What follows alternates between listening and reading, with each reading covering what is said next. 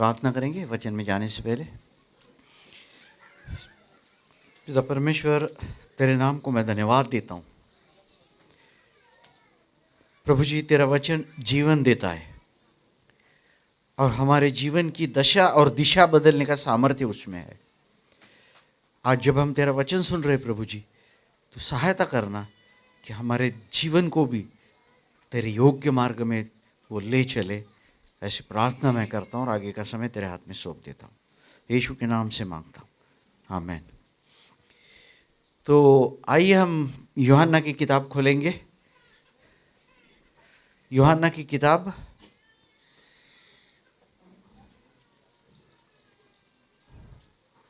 यूहन्ना की किताब 12वां अध्याय 1 से 8 वचन हम पढ़ेंगे। यूहन्ना की किताब 12वां अध्याय और 1 से 8 वचन। यीशु के पाँव पर इत्र डालना। यीशु फसह से 6 दिन पहले बेतनिया में आया, जहाँ लाजर था, जिसे यीशु ने मरे हुओं में से जिलाया था। वहाँ उन्होंने उसके लिए भोजन तैयार किया और मार्था सेवा कर रही थी और लाजर उनमें से एक था जो उसके साथ भोजन करने के लिए बैठे थे। तब मरियम ने जटामासी का आधा सेर बहुमूल्य इत्र लेकर यीशु के पाँव पर डाला और अपने बालों से उसके पाँव पोंछे, और इत्र की सुगंध से घर सुगंधित हो गया। परंतु उसके चेलों में से यहूदा इस्करियोती नामक एक चेला, जो उसे पकड़वाने पर था, कहने लगा, यह इत्र 300 दिनार में बेचकर कंगालों को क्यों न दिया गया। उसने यह बात इसलिए नहीं कही कि उसे कंगालों की चिंता थी, परंतु इसलिए कि वह चोर था और उसके पास उनकी थैली रहती थी और उसमें जो कुछ डाला जाता था वह निकाल लेता था। यीशु ने कहा, उसे रहने दो, उसे यह मेरे गाड़े जाने के दिन के लिए रहने दो, क्योंकि कंगाल तो तुम्हारे साथ सदा रहते हैं, परंतु मैं तुम्हारे साथ सदा नहीं रहूँगा। आमीन, हालेलुया। तो अभी हम देखते हैं हमने क्या पढ़ा अभी इस वचन में कि यीशु को एक घर में खाना खाने के लिए, भोजन के लिए आमंत्रण दिया गया था और यीशु उस घर में पहुंचा। तो वहाँ पर कौन थे? 3 लोग थे। मार्था थी, मरियम थी और लाज़र, जिसको प्रभु यीशु मसीह ने जिंदा किया था, वो भी वहाँ पर था। तो जैसे मार्था खाना खिला रही थी सबको, उस समय मरियम वहाँ पर आई और उसने बहुमूल्य सुगंधी तेल, इत्र जिसको कहा जाता है, आधा शेर का था वो ला के फोड़ के यीशु के पैर के ऊपर डाल दिया और अपने बालों से उसके पैर पोंछने लगी। और बाइबल में कहा है कि पूरा घर सुगंध से भर गया। उस समय वहाँ पर यीशु का एक शिष्य था, यहूदा। बाइबल में कहा गया है, अभी हमने पढ़ा कि वो चोर था। उसके पास एक थैली थी, उनके पास एक थैली थी और उसमें जो भी पैसे डाले जाते थे वो निकाल लेता था। तब यीशु ने कहा, तो उसने कहा कि ये 300 दिनार को बेच के इसके पैसे गरीबों की सेवा में हम लगा सकते हैं, मदद में। परंतु यीशु ने कहा, नहीं, ये होने दे, क्योंकि गरीब तो तुम्हारे साथ हमेशा रहेंगे, मैं नहीं रहूँगा। और मेरे अंत्य विधि के लिए उसने ऐसा किया है। आमीन, हालेलुया। बस इतना हमने आज पढ़ा है। अभी हम देखते हैं परमेश्वर इसके द्वारा हमसे क्या बोल रहा है। कि सबसे पहली बात है कि उस घर में जहाँ पर यीशु बैठा था, मार्था थी, मरियम थी। मार्था सेवा कर रही थी, लोगों को खाना दे रही थी, और मरियम जो आई, यीशु के पास आई और वो आधा सेर तेल का बहुमूल्य इत्र जो था, सुगंधी, यीशु के पैर पे डाल के अपने बालों से उसने पोंछा। तो इसको हम क्या कहते हैं एग्जैक्टली? मतलब ये क्या किया उसने? क्या किया उसने? मैं आपको एक बात बताना चाहता हूं कि अगर आपको ऐसा लगता है कि आराधना केवल स्टेज पे 4 लोग खड़े होके ही की जाती है, तो वो बात गलत है। ओके, ये तो आराधना है ही है, परंतु ये जो काम मरियम ने किया ये आराधना का दर्शक है। आमीन, हालेलुया। थोड़ा मैं आपको फर्क समझाता हूं कि प्रार्थना, प्रेज, स्तुति, प्रार्थना, स्तुति और आराधना में क्या फर्क है? बहुत फर्क है। मैं आपको बता देता हूं, एक ही सेंटेंस में आपको बता देता हूं, 3 सेंटेंस में बोलूंगा, उसमें आप पकड़ लो जो मैं बोल रहा हूं, ठीक है? देखिए, लॉर्ड सेव माय सोल, प्रभु मेरे प्राण को बचा, ये प्रार्थना है। Okay, lord thank you for saving my soul, प्रभु मेरे प्राण को तूने बचाया, तेरे नाम को मैं धन्यवाद देता हूं। ये प्रेज है, ये स्तुति है। और तीसरी महत्वपूर्ण बात है, thank you lord for what you are, हे प्रभु तू कौन है इसके लिए मैं धन्यवाद देता हूं। ये आराधना है। मेरे ख्याल से थोड़ा बहुत स्पष्ट हुआ होगा। तीनों एक नहीं, तीनों अलग अलग है। जब मैं यीशु की मां मरियम कहती है, माई सोल डथ मैग्निफाई दी, मेरा प्राण तुझे ऊपर ऊंचा उठाता है, ये भी तो एक आराधना का शब्द और वाक्य है। तो देखिए, मैंने कहा कि मैरी ने बहुमूल्य तेल यीशु के पैर पर डाला और अपने बालों से उसके पैर पोंछ ली। क्यों आराधना है ये? अभी आपके मन में तो ये विचार आया होगा। हमने तो आजकल सुना है कि जब ऊपर से कहा जाता है कि आंखें बंद करो हम आराधना में जाएंगे, तभी आराधना होती है। फिर ये कैसे आराधना है? तो मैं आपको ये बताना चाहता हूं कि प्रारंभ की किताब 22वां अध्याय जेनेसिस 22:5,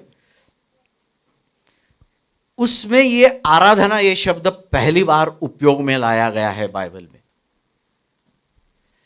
किसके विषय में है ये?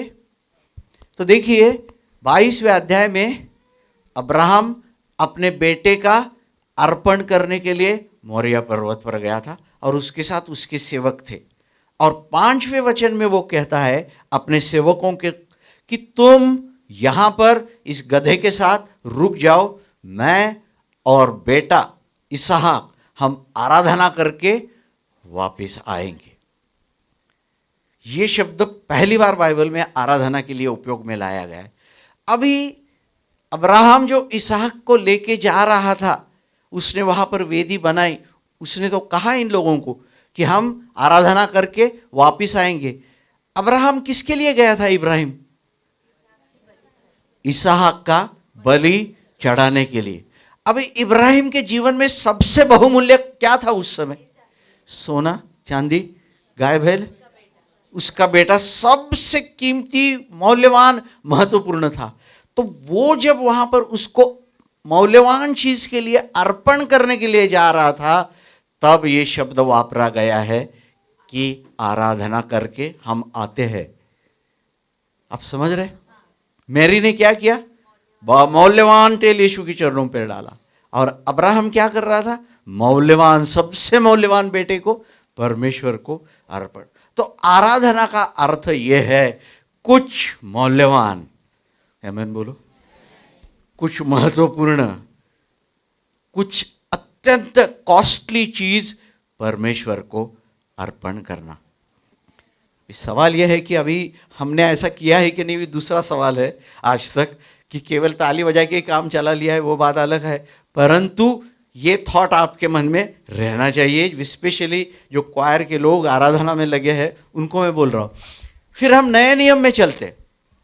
नए नियम में पहली बार आराधना ये शब्द कहाँ पर वापरा गया है, यूज में लाया गया है, मालूम है आपको? जब दूसरा अध्याय मत्ती की किताब निकालेंगे नहीं, 11वां वचन, उस समय ऐसा हुआ कि यीशु मसीह पैदा हुआ था और लोग उसको देखने के लिए आ रहे थे। उसमें जो ज्ञानी लोग आए थे वो आए, यीशु को उन्होंने देखा और उन्होंने क्या किया? यीशु को, हाँ, वो उन्होंने मुंह के बल गिर के यीशु को दंडवत किया और निकल गए ना। उन्होंने जो थैलियां लाई थी वो थैलियां खोली। थैलिया में क्या था?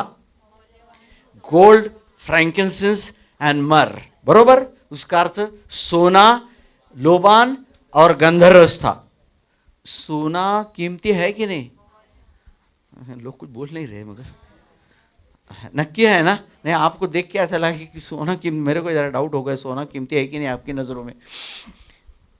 तो यीशु जब बच्चा था उन्होंने सोना डाला, गंधरस डाला और लोबान डाला। करेक्ट? मतलब कीमती चीजें यीशु को उन्होंने अर्पण की। और नए नियम में पहली बार आराधना ये शब्द यहां पर यूज किया गया है, वापरा गया है। उस आराधना का अर्थ यह है कि कुछ मूल्यवान, कीमती, महंगी चीज यीशु को अर्पण करना। हालेलुया। अभी मैंने इस चीज को इसलिए आराधना कहा क्योंकि ये जो मरियम थी कोई खास एकदम अमीर श्रीमंत ऐसी नहीं थी।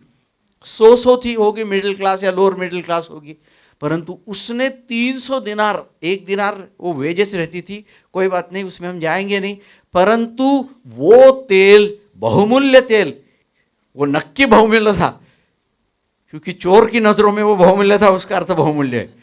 क्यों? क्योंकि यहूदा ने जब बोला कि ये वो तो चोर था और उसने बोला कि ये इतना बहुमूल्य तेल क्यों वेस्ट कर रहे हैं, उसका अर्थ नक्की बहुमूल्य था, और वो यीशु के चरणों पर डाला। ये this is an act of worship, ये एक आराधना का कृत्य है। आमेन, हालेलुया। तो हमेशा याद रखें, आराधना केवल रविवार सुबह लास्ट एक सॉन्ग होता है ना, समझो 30 मिनट की आराधना रहती है तो 20 मिनट प्रेज में जाते हैं और जो 10 मिनट है केवल वही आराधना नहीं। हर रोज हफ्ते के एक एक दिन जब आप यीशु मसीह को कुछ महत्वपूर्ण मौल्यवान चीज अर्पण करेंगे, वो आपकी आराधना है और परमेश्वर उसको ग्रहण करता है। आमेन। यीशु ने ग्रहण किया उसको, यीशु ने कहा उसको कुछ मत बोलो, उसने जो किया वो ठीक किया है। आमेन, हालेलुया। तो ये बड़ी महत्वपूर्ण बात है जो मैंने आपको बताई, क्योंकि परमेश्वर की जो पहली आज्ञा है कि thou shall worship the Lord your God, पहली आज्ञा ये है कि तू अपने परमेश्वर की आराधना करना। मैं पुराने नियम की बात कर रहा हूं, परंतु नए नियम में भी वही बात है। परमेश्वर को पूर्ण मन से प्रेम करना, आराधना करना, यही एक महत्वपूर्ण आज्ञा है। हालेलुया। तो इस बात को हम याद रखें कि हमें क्या करना चाहिए, परमेश्वर की आराधना को महत्व देना चाहिए। तो अगर मैं आपको बोलूं डिफाइन वर्शिप, आप क्या कहेंगे? मैंने अगर कहूं व्याख्या बताओ मुझे, क्वेश्चन आता है ना परीक्षा में, डिफाइन, तो फिर कैसे करेंगे फिर हम? मैं आपको बताता हूं। It means to do reverence और homage to a superior being. Okay, उसका अर्थ श्रद्धा और सम्मान उस व्यक्ति को देना जो उच्च है, वरिष्ठ है, श्रेष्ठ है और शानदार है। अभी सबसे उच्च, श्रेष्ठ, वरिष्ठ और शानदार इस संसार में कौन है? अरे अभी तो बोलो, अभी ऐसे बैठे आप कुछ बोल नहीं रहे, जल्दी बंद करूं क्या? यीशु के सिवा और कौन है? मुझे लगा आप जोर से बोलेंगे हालेलुया यीशु मसीह बोल के, मगर मैं देख रहा हूं तो ऐसा मत करो। हालेलुया। यीशु मसीह के बिना आराधना किसी को भी नहीं दी जा सकती है। देखिए, लोग कई चीजों की आराधना करते हैं, मालूम है क्या? इधर बैठे हुए, मैं ठीक से बोल रहा हूं आपको ऐसा मत सोचना कि मैं गलत बोल रहा हूं। यहां बैठे हुए लोग, आप अरे हमारे घर में तो मूर्ति नहीं है, आप क्या बोल रहे हैं मूर्ति पूजा करते? यस, सबसे पहली बात है कि जो चीजें, डेड थिंग्स, आप समझ रहे हैं इस बात को? मतलब जो मूर्तियां हैं वगैरह, उसकी पूजा तो करना है नहीं, जो पत्थर से या लकड़ी से या धातु से बनी हुई है, कोई ब्रॉन्ज वगैरह ऐसे, उसकी तो करनी है नहीं, परंतु इसके सिवा अन्य बहुत मूर्तियां हैं, शायद आप उसको नहीं जानते होगे। थोड़े दो चार बताऊं क्या कि नहीं? पर आप फिर भी एमेन बोलेंगे ना, पहले ही एमेन बोलने को तैयार नहीं, तो ये बोलने के बाद आप तो और भी ठप हो जाओगे। सबसे पहली बात है आई मी माई सेल्फ, मैं स्वयं जो भी है, मेरा मेरा मेरा मैं सभी, ये एक सबसे बड़ा मूर्ति है। इसीलिए तो यीशु ने कहा ना, जब तक गेहूं का दाना जमीन में गिरकर मरेगा नहीं, जॉन 12:24। तो सबसे पहली बात है वो फल नहीं लाएगा। ओके, दूसरी बात है धन या पैसा, ये तो बताने की जरूरत नहीं। कलसियों की पत्री 3 अध्याय 5वें वचन में बताया गया है, greed which is a form of idol worship, लोभ, धन की लालच या धन, ये क्या है? ये एक मूर्ति पूजा है। पॉइंट नंबर 3, बिजनेस, ये भी तुम्हारा लालच हो सकता है। अभी कुछ काम धंधा कारोबार तुम कर रहे हैं, तुम्हारी दिल लगी उसके प्रति ज्यादा रहेगी और यीशु के प्रति कम रहेगी, तो ये भी एक मूर्ति बन गई है। मालूम था आप शांत रहोगे, एमेन नहीं बोलोगे, पर वो तो मैंने एंटिसिपेट किया था पहले से ही। ओके, तो मैं आपको बता रहा हूं, even your family can become your idol. इसको मालूम है? आपका परिवार, आपका कुटुंब भी आपकी मूर्ति बन सकती है। इस बात को भी हम क्या करें, याद रखें। समटाइम्स प्लेजर, कुछ लोगों को बहुत एकदम ये रहता है उसके प्रति, क्या बोलते हैं, लगाव। यस, मैंने आपने पहले पहचान लिया कि मैं क्या बोलने जा रहा हूं। ओके, बहुत ज्यादा जब लगाव है कोई चीज, फॉर एग्जांपल प्लेजर को क्या बोलेंगे? मौज, आराम, comfort, even that can become idol. Okay, कई बार मनोरंजन बोलते हैं ना, कर्मणु मनोरंजन, रिक्रिएशन, ये भी आइडल बन सकती है। बी वेरी केयरफुल, जस्ट मैं आपको बता रहा हूं। और पैसा भी सब छोड़ दिया, फिर बात क्या रहेगी? किस्सा कुर्सी का पावर क्या है? हाँ, तो कई चीजें हैं। तो बाइबल में स्पष्ट रीति से कहा गया है, ये चीजें, इन चीजों का कभी भी आराधना या वर्शिप नहीं की जा सकती। Okay, you are not to worship the angels also. इस बात को याद रखें कि हमें स्वर्गदूतों की पूजा नहीं करनी चाहिए। और मैं एक बहुत महत्वपूर्ण बात बताता हूं कि मनुष्यों की भी पूजा नहीं करनी चाहिए। आप बोलेंगे ऐसे कैसे हो सकता है? कई ऑर्गेनाइजेशन ऐसे रहते हैं जिसमें वो व्यक्ति मर जाने के बाद उसको आइडल बनाया जाता है। फाउंडर्स डे, नो, ऐसी चीजें हमें नहीं करनी चाहिए। अगर आप जाओ कोई बहुत ही बड़ा परमेश्वर का सेवक, उसके चले जाने के बाद उसी के पीछे उसके मेमोरी, उसके ये वो पुस्तक छपाओ, ये करो, फाउंडर्स डे खाना। We are not to worship man. कभी भी मनुष्य की आराधना हमें नहीं करनी चाहिए। और लास्टली, परमेश्वर ने जो चीजें बनाई है निसर्ग की, उसकी भी आराधना नहीं करनी चाहिए। उदाहरण के लिए सूर्य, कभी किया है क्या आपने ऐसे सुबह उठ के? हाँ,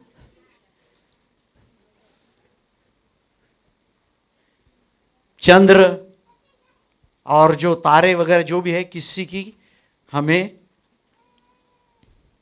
तो अभी बात यह है कि जब हम पूजा करेंगे, सॉरी आराधना करेंगे, पूजा नहीं, सॉरी गलत शब्द मैंने वापरा, वो जब हम आराधना करेंगे तो बात यह है कि हमें क्या मिलेगा?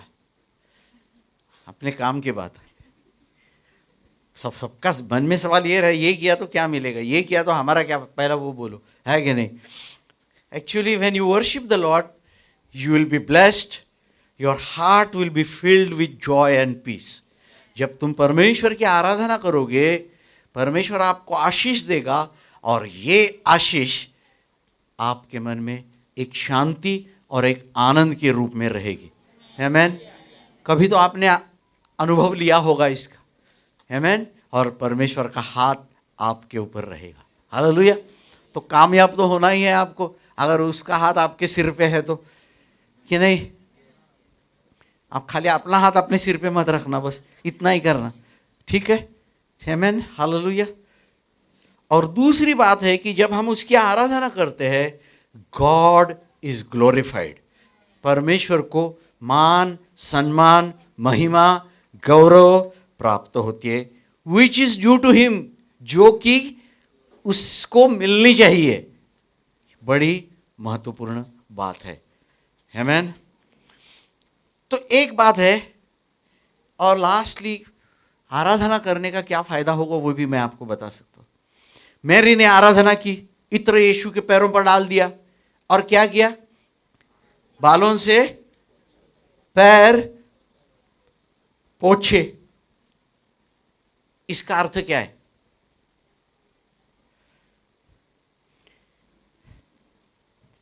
बाइबल में कहा गया है, करंथियों की पहली पत्री 11वां अध्याय और 15वें वचन में, कि ये जो केस है, ये जो बाल है, ये स्त्री की महिमा है। आमेन। क्या है? अरे आप बोलते क्यों, डर क्यों रहे? मैं आगे कुछ बोलने नहीं जा रहा हूं। जो बाल है वो क्या है? स्त्री की महिमा है। अभी आपको आपकी महिमा काटनी है तो बात अलग है, ओके? स्त्रियों को बोल रहा हूं मैं, वो आपका पर्सनल सवाल है, उसमें मैं जाऊंगा नहीं, कुछ भी नहीं बोलूंगा। आपको बाल काटने हैं, बॉय कट रखना है, टॉम बॉय बनना है, जो बनना है वो बनो, मुझे उससे कुछ लेना देना नहीं है। मैं अपने काम की बात बता रहा हूँ कि ये जो महिमा है उसने यीशु के पैर पे रख दी। स्त्री की महिमा क्या है? उसके बाल, और बालों से पैर यीशु के पूछे। आमेन। कितना बड़ा एक्ट है ये, कुछ समझ रहे? Are you grasping something? और तीसरे पॉइंट पे भी मैं आता हूं। अभी बहुमूल्य सुगंध से, तेल से उसने उसके पैर पे डाला और बाल पोंछ लिए। अभी वहां से निकलकर मरियम जो है दूसरे जगह पे गई होगी, तो उसने क्या किया होगा तब? उसके बाल, करेक्ट, वेरी गुड, उसके बाल सुगंधित हुए होंगे ना तेल से, तो जहां मरियम गई उसके साथ वो सुगंध गया। हालेलुया। तो इस रीति से अगर आप आराधना करोगे तो परमेश्वर की सुगंध आपके साथ जहां आप जाओगे वहां जाएगी। हालेलुया।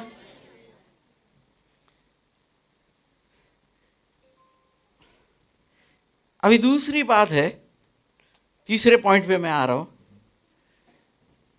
कि मैरी ने इतना बहुमूल्य इत्र या तेल खरीद के लाया था और यीशु के तेल पर, पैर पे वो तेल डाला। That would have cost her something, isn't it? एक तो चोरी करके लाया होगा तो फुकट में मिलता है, ओके। नॉर्मली कोई ऐसे काम करने वाला चोरी करेगा ना, उसका अर्थ उसकी कीमत चुकानी पड़ी होगी मैरी को। और मैरी तो इतनी अमीर नहीं थी। उसका अर्थ ये किस चीज को दिखाता है? त्याग। Very good. अभी मैं कुछ बोलता नहीं पर बराबर बोला तुमने, करेक्ट। त्याग को दिखाता है। आमेन। तो जिंदगी में आशीष तो पाएंगे ही हम हमेशा। God bless me, God bless me, ऐसा भी करते हैं हम। कभी कभी थोड़ा त्याग करके God I bless you, instead of bless me, हमें क्या करना चाहिए? God I bless you. क्या पिन ड्रॉप साइलेंस? लगता है इधर ही बंद करना पड़ेगा। कभी कभी मैं बोल रहा हूं, हमेशा थोड़ी बोल रहा हूं। आप ठीक से नहीं सुन रहे इसलिए इतना पिन ड्रॉप साइलेंस और शांतता। कभी कभी गॉड आई ब्लेस यू। आमेन। कितने लोग शिष्य बनना चाहते हैं यीशु के? चलो बस बस, बाकी के लोगों ने सुना नहीं, ऐसा मैं गृहित धरता हूं, ओके। तो सबसे पहली बात है कि अगर यीशु के पीछे चलना है तो थोड़ा त्याग की बात हम कर रहे, करना पड़ेगा। आमीन। लूका की किताब 14वां अध्याय 33वां वचन, उसमें ऐसा लिखा है, unless you forsake all that you have you can not be my disciple. जब तक तुम अपना, जरा मैं आपके कान से सुनूं, त्याग दूं नहीं, सब कुछ। आप कन्वीनियंटली वो शब्द निकाल के त्याग बोल रहे। इसी रीति से तुम में से जो कोई अपना सब कुछ त्याग न दे वो मेरा चेल। तो आपके मन में किधर ना किधर एक बात कोने में रहनी चाहिए कि कुछ त्याग करना सीखना ये मसीहत की क्या है, शिक्षण है। आमीन में दम नहीं मगर हालेलुया। इस बात को याद रखिए एक माइंड में, क्योंकि जब तक आप त्याग नहीं करोगे, कितने लोग चाहते हैं कि आप सेवा करें प्रभु की और फलवंत हो जाए, सभी के हाथ ऊपर है, तो त्याग करना जरूरी है। 12वां अध्याय 24वां वचन यूहन्ना का कि जब तक गेहूं का दाना जमीन में गिरता नहीं और मरता नहीं तो अकेला रहता है, और जब मर जाता है बहुत सा फल लाता है। मरना का अर्थ क्या है? ये तो हाईएस्ट फॉर्म ऑफ सैक्रिफाइस है। अपने आप से जो खुद की मूर्तियां है ना, उसको तोड़ देना और मर जाना। आमीन, हालेलुया। तो इस बात को हम याद रखेंगे, और जब जीवन में आप त्याग करोगे, बाइबल में कहा गया है कि आप आनंद से भर जाओगे, खुशी से भर जाओगे। आमीन। इब्रानी को पत्री 12वां अध्याय और दूसरे वचन में ऐसा लिखा है, प्रभु यीशु मसीह क्रूस के ऊपर गया, for the Joy that was set before him he endured cross. उसके सामने जो आनंद था, वो आनंद को देखते हुए प्रभु यीशु मसीह क्रूस पर और सूली पर चढ़ा गया। अभी क्रूस पर चढ़ना ये क्या है? हाईएस्ट फॉर्म ऑफ सैक्रिफाइस, त्याग है। और इसमें क्या हो गया? यीशु ने वो त्याग सह लिया, क्योंकि उसके सामने जॉय और आनंद रखा हुआ था। जब भी आप यीशु के लिए कुछ ना कुछ त्याग करोगे, जरूर परमेश्वर आपको आनंद और खुशी से भर देगा। और सबसे बड़ी बात है कि परमेश्वर किसका कर्जदार नहीं है। आमीन, हालेलुया। अभी मैं बाकी के पॉइंट छोड़ देता हूं, परंतु अगर आप त्याग करने की सोच रहे, कितने लोग परफेक्ट बनना चाहते? हाँ, अभी आधे हाथ खाली, वो अच्छा है, आई एम हैप्पी। परफेक्ट का अर्थ परिपूर्ण। एक रिच यंग रूलर था, एक जवान धनी आदमी, मत्ती किताब 19वें अध्याय में यीशु के पास आया था, और कहा गया कि मैं सब आज्ञा का पालन करते आ रहा हूं, मुझे अनंत काल का जीवन चाहिए, मैं क्या करूं? यीशु ने उसको कहा, तेरा जो कुछ है बेच के, तू अगर परिपूर्ण होना चाहता है तो तू अपना सब कुछ बेचकर मेरे पीछे हो ले। बड़ा दुखी होकर वे चला गया, बाइबल में लिखा है। तो अगर आप परिपूर्ण होना चाहते हैं, तो जस्ट मैं आपको एक बोल रहा हूं कि मन में कहीं ना कहीं त्याग की भावना होनी चाहिए। त्याग जरूरी नहीं कि पैसे के त्याग की बात कर रहा हूं मैं। कई बार आपको उपवास करना पड़ता है, भोजन का त्याग। कई बार आपको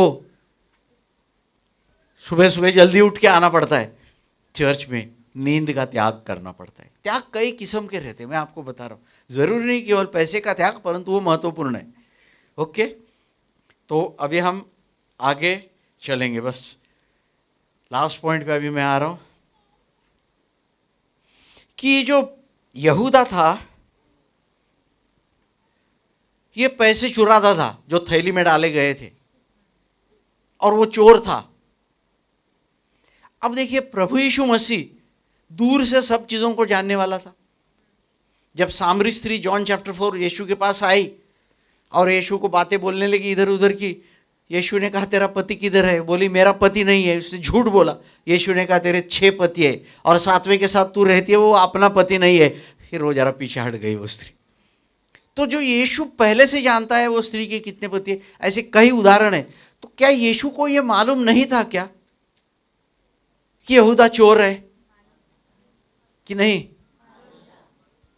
फिर भी यीशु उसको क्या करता गया, टॉलरेट करता गया और सहन करता गया। आमीन। क्यों ऐसा? और यीशु को यह भी मालूम था ये मुझे अंत में पकड़ने वाला है। अभी जब सेवकाई में है तो चोरी कर रहा है और एंड में पकड़वा रहा है, क्यों ना निकाल दो उसको। एक सवाल मैं पूछ रहा हूं, परंतु बाइबल में कहा गया है 1 जॉन 4:8-16 में, निकालो मत, सुनो, परमेश्वर प्रेम है। और अगर आप करंती की पहली पत्री 13वां अध्याय 5 से आगे पढ़ेंगी तो एक चीज 3 बार रिपीट हुई है। जो प्रेम है वो सब कुछ सह लेता है, जो प्रेम है वो सहनशील है, और जो प्रेम है बीती हुई बातों को भुला करके सब। तो हो सकता है यीशु प्रेम है इसलिए एक बार चोरी की यीशु भुला देता होगा, दूसरी बार चोरी की जाने दो, आज ना कल इसका उद्धार हो जाएगा। परंतु परमेश्वर कोई चीज अगर सह लेता है, टॉलरेट कर लेता है, तो उसका अर्थ वो उसका क्या है, लॉन्ग सफरिंग। उसको क्या कहेंगे हम, विलंब से क्रोध करने वाला है। यस, इसलिए वो सह लेता है और वो ये नहीं चाहता कि किसी का नाश हो जाए। हालेलुया। अभी हम क्या करेंगे, लास्ट पॉइंट पे आएंगे अभी, कि जब इसके बाद जब वो इत्र डाला गया तो यहूदा ने कहा कि ये इतना पैसा क्यों बर्बाद कर दिया। तो उसके बाद यीशु ने कहा कि रहने दो, उसने मेरे अंत्य विधि के लिए ये किया गया। और यीशु ने कहा कि मैं हमेशा तुम्हारे साथ नहीं रहूंगा। गरीब तो हमेशा रहेंगे, ओके।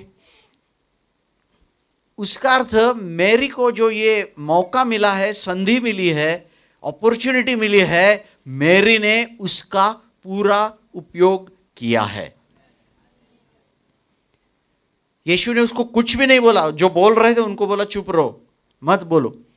उसने जो किया वो ठीक ही किया है। उसने मेरी आराधना की है, तेल डाला है, अंत्यविधि के रूप में डाला है उसने।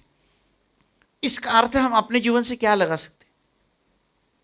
मैरी को जो मौका मिल गया, मरियम को, उसने उसकी चांदी बनाई करके। आपको जो स्पिरिचुअली मौका मिल रहा है सेवा करने का, वो चला भी जा सकता है।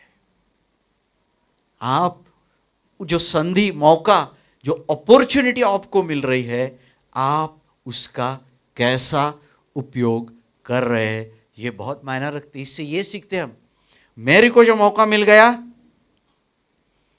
उसने उसका पूरा पूरा फायदा कर लिया। परंतु हम लोगों को जो अपॉर्चुनिटी मिल रही है, जो संधि मिल रही है, जो मौका मिल रहा है, एक दिन वो भी चली जाएगी। तो डीले, बिना विलंब किए जो मौका परमेश्वर ने हमें दिया है, हम क्या करें, उसका पूरा उपयोग करें। आमीन, हालेलुया। तो आज हम यहीं पर रुक जाएंगे। Okay, just to recap the main point. सबसे पहली बात मैंने आपको बताया कि आराधना या वर्शिप क्या है।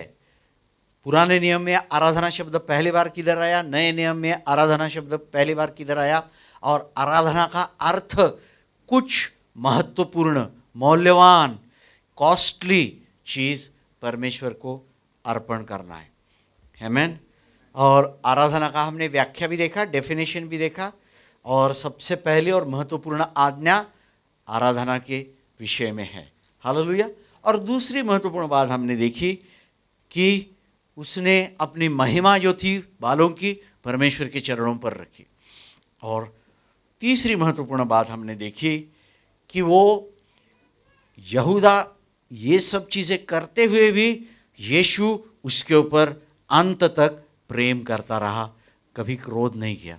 और चौथी बात हमने देखी कि यीशु जो है मरियम को कुछ भी नहीं बोलना और किसको बोलने भी नहीं दिया, क्योंकि ऐसा मौका मरियम को दोबारा नहीं मिलता था यीशु की सेवा करने का।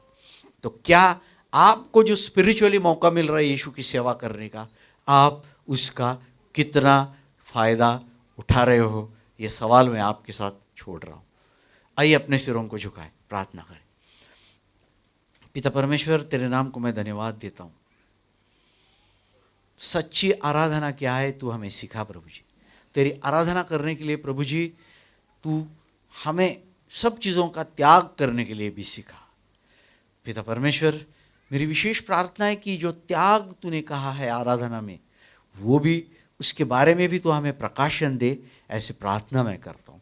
और जो मौके तू हमें आत्मिक रीति से सेवा करने के लिए दे रहा है, वह मौके निकल जाने से पहले, समय से पहले उनका उपयोग करने के लिए तू हमें सिखा, ऐसे प्रार्थना मैं करता हूँ। और आज के वचन के लिए तेरे नाम को धन्यवाद देता हूँ। नासुरी यीशु के नाम से मैं मांगता हूँ, आमीन।